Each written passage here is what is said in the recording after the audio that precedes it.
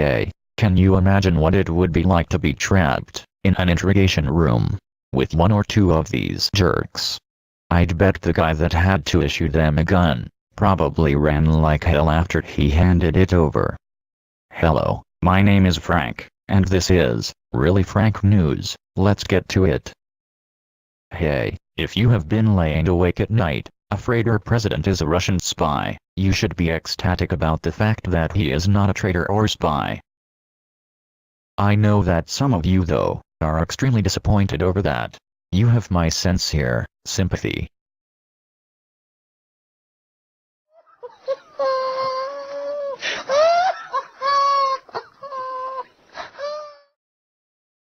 We have to ask ourselves, if we have been lied to about the Russian collusion baloney for over 2 years by top justice officials, in the FBI, CIA, DOJ, and if you will, the 17 intelligence agencies, the question is, what else have they been lying about? Anyone with a brain over the size of a pea, has to know that the officials at the top of these departments, have been involved in a plot to remove our elected president. So, what kinds of false intelligence and other information were given to the president to make him look bad or incompetent, to achieve their goal of removing him? Mark my words, I believe that we will find out that the Russians did not hack into the DNC servers, and that Sackrich was murdered, because it was he that gave WikiLeaks the thumb drive with the Hillary Clinton emails.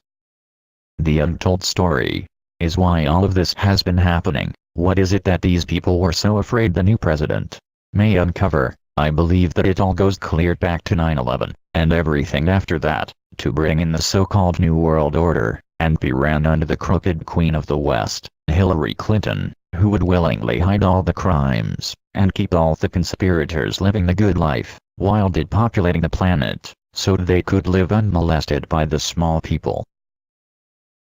I commend President Trump for his courage, tenacity, and his wisdom, that thwarted the plans of the most evil bunch of conspirators that can be imagined. Who else could have withstood such attacks on himself, his family, and even his friends or associates?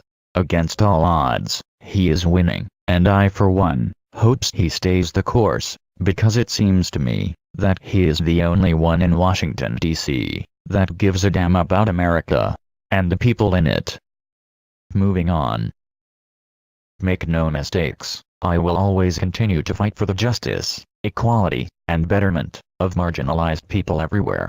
That's what Jussie Smollett said after all the charges against him were dropped, and his court records sealed by a judge. If that don't show you how much power his aunt, Kamala Harris has, nothing will. After spending over 6 figures investigating the case, needless to say, Police Superintendent Eddie Johnson is a little pissed. I guess the good news for the rest of us are that Jussie's road trick helped get his aunt, Kamala's, no lynching law passed in the Senate, so now we don't have to worry about getting hung anytime soon. Speaking of sleepless nights, I recently was listening to the Australian version of the song, I've Been Everywhere, and I will never be right again until someone can explain this to me. At the beginning of the song, the singer says he was humping his bluey. If someone, preferably from down under, can explain what the hell he was getting at, maybe, or maybe not, I could sleep a little better.